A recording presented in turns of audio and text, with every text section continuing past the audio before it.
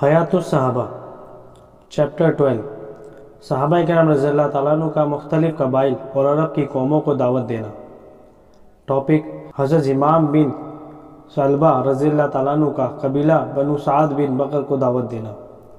حضرت ابن عباس رضی اللہ عنہ فرماتے ہیں کہ قبیلہ بنو سعد بن بکر نے حضرت امام بن ثعلبہ رضی اللہ تعالیٰ عنہ کو اپنا نمائندہ بنا کر حضور صلی اللہ علیہ وسلم کی خدمت میں بھیجا۔ انہوں نے مدینہ پہنچ کر مسجد کے دروازے پر اپنا اونٹ بٹھایا، اس کی ٹانگوں میں رسی باندھی، پھر مسجد میں داخل ہوئے۔ اس وقت حضور صلی اللہ علیہ وسلم اپنے صحابہ کے ساتھ بیٹھے ہوئے تھے۔ حضرت امام بڑے مضبوط اور زیادہ بالوں والے آدمی تھے۔ ان کے سر پر بالوں کی 2 زلفیں تھیں۔ آ کر حضور صلی اللہ علیہ وسلم اور صحابہ کے سامنے کھڑے ہو گئے اور پوچھا، آپ لوگوں میں سے کون ابن عبد المطلب ہے؟ آپ نے فرمایا، میں ابن عبد المطلب ہوں۔ انہوں نے کہا، کیا آپ محمد ہیں؟ آپ نے فرمایا، جی ہاں۔ انہوں نے کہا، اے ابن عبد المطلب، میں آپ سے کچھ پوچھوں گا، اس پوچھنے میں ذرا سختی کروں گا، آپ ناراض نہ ہونا۔ آپ نے فرمایا، نہیں، میں ناراض نہیں ہوں گا، تم جو چاہے پوچھو۔ انہوں نے کہا کہ میں آپ کو اس اللہ کا واسطہ دے کر پوچھتا ہوں کہ جو آپ کا بھی معبود ہے اور آپ سے پہلے والوں کے بعد والوں کا بھی معبود ہے، کیا اللہ نے آپ کو ہماری طرف رسول بنا کر بھیجا ہے؟ آپ نے فرمایا، با خدا یہی بات ہے۔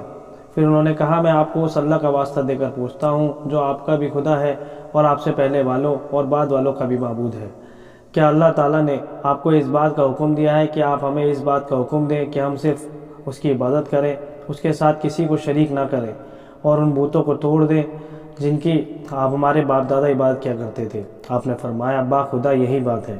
پھر انہوں نے کہا، میں آپ کو اس اللہ کا واسطہ دے کر پوچھتا ہوں جو آپ کا بھی معبود ہے اور آپ سے پہلے والوں اور بعد والوں کا بھی معبود ہے، کیا اللہ نے آپ کو اس بات کا حکم دیا ہے کہ ہم یہ 5 نمازیں پڑھیں؟ آپ نے فرمایا، جی ہاں۔ پھر وہ زکوٰۃ، روزے، حج اور اسلام کے دیگر فرضوں کے بارے میں پوچھتے گئے اور ہر دفعہ اللہ تعالیٰ کا واسطہ دے کر پوچھتے۔ جب ان سوالات سے فارغ ہو گئے تو کہا، اشہد ان لا الہ الا اللہ واشہد ان محمدا عبدہ ورسولہ، اور میں ان تمام فرضوں کو ادا کروں گا اور جن باتوں سے آپ نے روکا ہے ان سے میں بچوں گا۔ میں آپ سے اپنی طرف سے کمی یا زیادتی نہیں کروں گا۔ پھر اپنے اونٹ کی طرف واپس جانے کے لیے چل پڑے تو حضور صلی اللہ علیہ وسلم نے فرمایا، اگر اس 2 زلفوں والے آدمی نے سچ کہا تو یہ ضرور جنت میں داخل ہوگا۔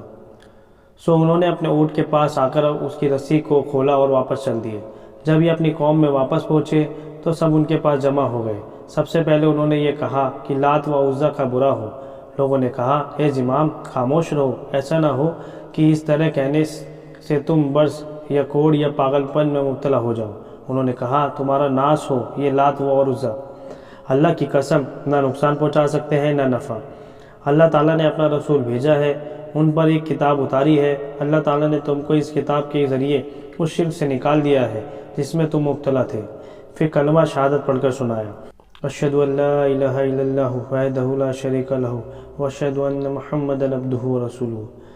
اور انہوں نے تمہیں جن کاموں کا حکم دیا ہے اور جن کاموں سے روکا ہے ان تمام احکام کو ان کے پاس سے لے کر میں تمہارے پاس آیا ہوں۔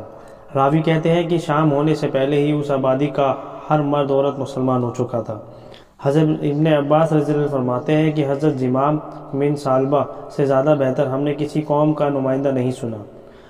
واقعی میں یہ ہے کہ شام ہونے سے پہلے اس آبادی کا ہر مرد اور عورت مسلمان ہو چکا تھا۔ ان لوگوں نے مسجدیں بھی بنائی، نماز کے لیے اذان بھی دیا کرتے تھے۔